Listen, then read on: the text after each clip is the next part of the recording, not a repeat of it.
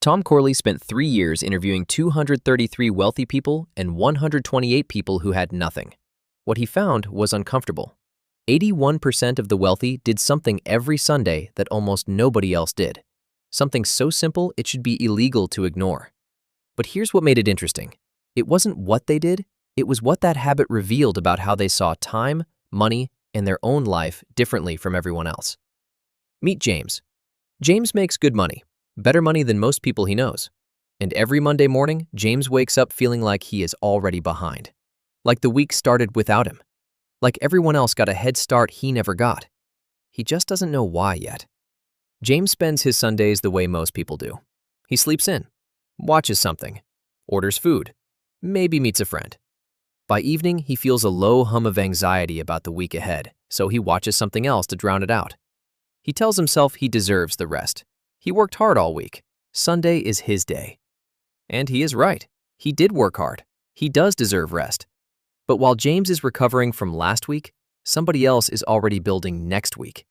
Not dramatically, not obsessively, not with a whiteboard full of goals and a 5-hour planning session, just quietly, alone, with 3 questions. James has a colleague, same company, similar salary. They started around the same time. But this colleague always seems to know exactly what he is doing, always one step ahead, never caught off guard by Monday the way James is, never reacting, never scrambling, always moving towards something specific, while James just moves. James noticed it in meetings. His colleague never seemed surprised by what came up, never unprepared, never overwhelmed by something that should have been anticipated. He walked in every Monday like he had already lived through it once before. James assumed it was personality. Some people are just wired that way, he told himself. Calm, focused, organized by nature. It wasn't personality. It was Sunday. Most people treat Sunday like the closing credits of the week, a place to exhale, to recover, to forget about everything that went wrong and everything still waiting. And there is nothing wrong with rest. Rest is necessary.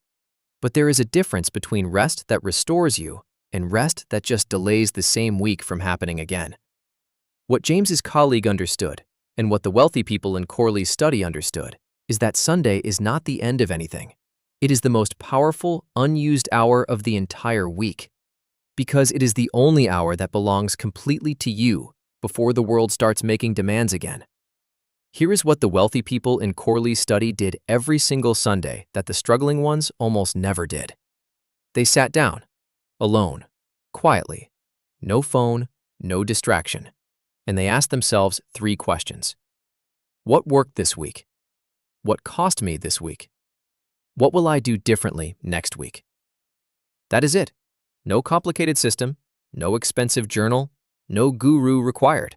Just 3 honest questions that most people are too uncomfortable to ask because the answers require them to look at their own week without excuses, to see exactly where the time went, where the money went, where the energy went, and to decide, deliberately, what happens next week instead of just letting it happen to them.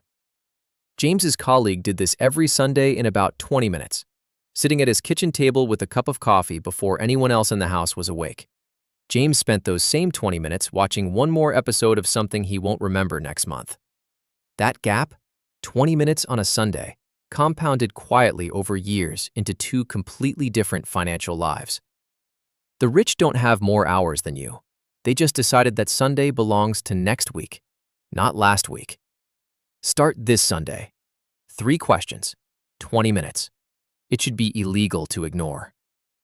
Subscribe, because the next video reveals another quiet habit that separates the wealthy from everyone else, and you will not want to miss it.